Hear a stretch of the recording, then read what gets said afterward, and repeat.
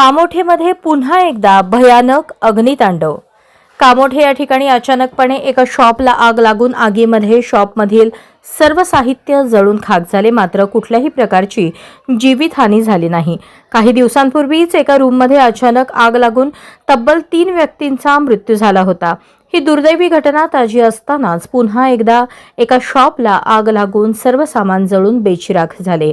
या घटनेची दखल शिवसेनेचे नेते सुनील गोवारी यांनी प्रशासनाला लेखी निवेदन देऊन केली।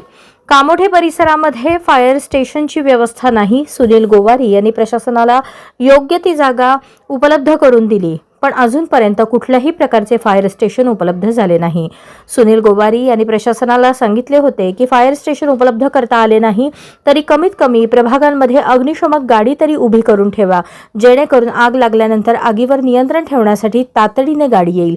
पण प्रशासनाने या दोन्ही गोष्टींकडे दुर्लक्ष केले, त्यामुळे आगीवर नियंत्रण करण्यासाठी तब्बल अर्ध्या तासानंतर अग्निशमन गाडी आली।